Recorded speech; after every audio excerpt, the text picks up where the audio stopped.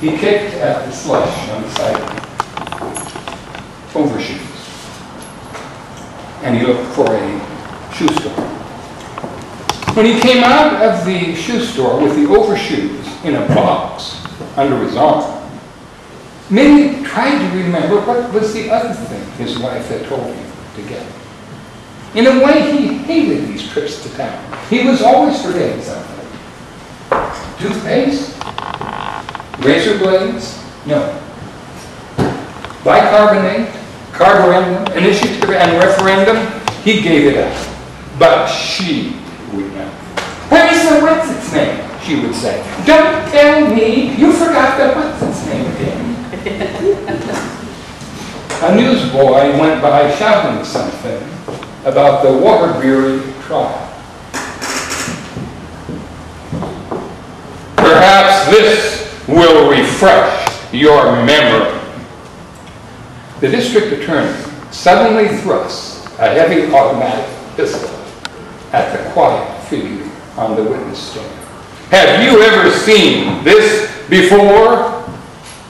Walter Mitty took the pistol and examined it expertly.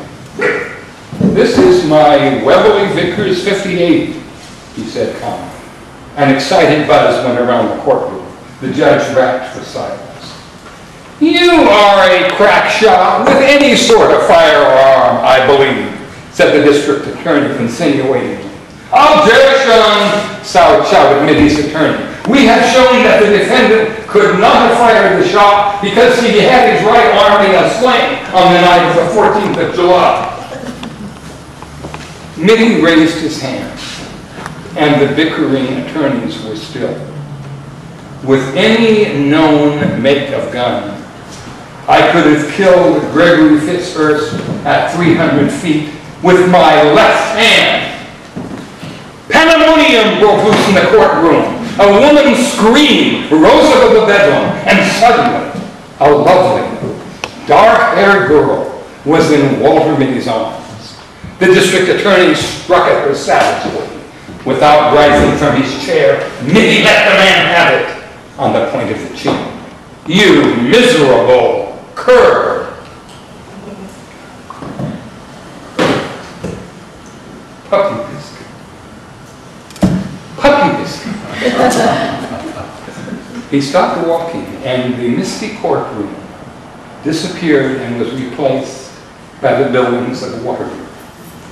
A woman who was passing him turned to her companion and laughed. Why, that man said puppy biscuits. That man said puppy biscuit juice. Walter Mitty hurried on down the street. He went into an A&P store, not the first one that he came to, but a smaller one further down the street. I want some biscuit for small young dogs. Any special brand, sir? The greatest pistol shop in the world thought a moment.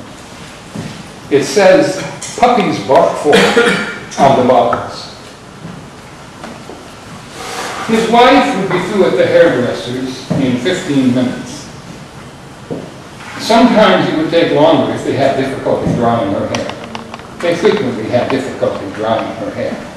She would want him to be waiting for her, not appear later. So he took a seat in the lobby in a dark, deep, leather-covered chair and picked up a copy of Liberty. Can Germany conquer the world through the air? He read. Walter Mitty looked at pictures of bombers and devastated cities. The cannonading has gotten the wind up in young Raleigh, sir, said the sergeant. Put him to bed with the others, said Mitty through tousled hair. I'll fly alone. But you can't, sir. It takes 2 men to handle that bomb. And the Archies are pounding the devil out of the air. Von Rickman's circus is between here and Solier. Somebody's got to go through and get that ammunition done. I'm going over. Spot of brandy? Mitty poured a drink for himself and for the sergeant. War whined and howled about the dugout and battered at the door. There was a sudden crash and splinters flew across the room. A bit of a near miss, said Mitty. The box barrage is closing in, said the sergeant anxiously. We only live once, said Mitty, with that faint, fleeting smile. Or do we? He stood up and strapped on his huge Webley Vickers 5080 automatic. It's 40 kilometers through hell, sir, said the sergeant worriedly. Well, said Mitty, after all, what is it? Outside, the cannons thundered and roared. You could hear the rat-tat-tat of the machine guns, and somewhere in the distance, the menacing pocket-to-pocket-to-pocket of the new machine guns. Mitty walked across the dugout, whispering and humming the tune, Opere di ma Blonde. He waved to the sergeant. Cheerio! Something struck his shoulder. I've been looking for you all over this hotel. Why did you have to hide in this old chair? Did you get the, what's its name? The puppy biscuits? What's in that box? Overshoes. Why didn't you put them on in the store? I was thinking, said Walter Mitty.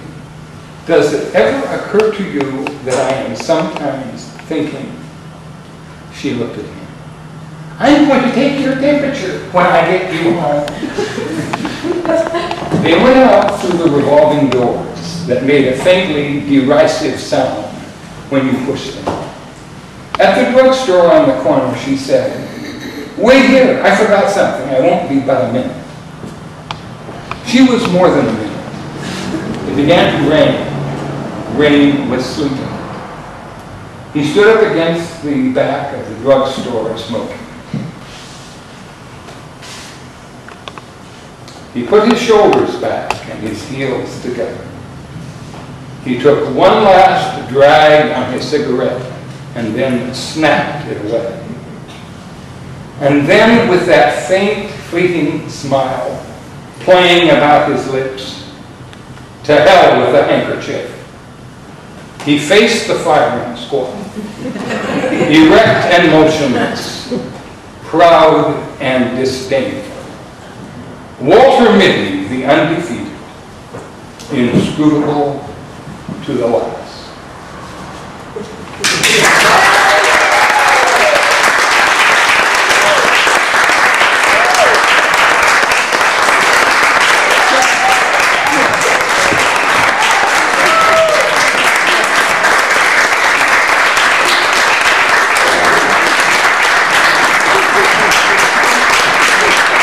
Magnificent.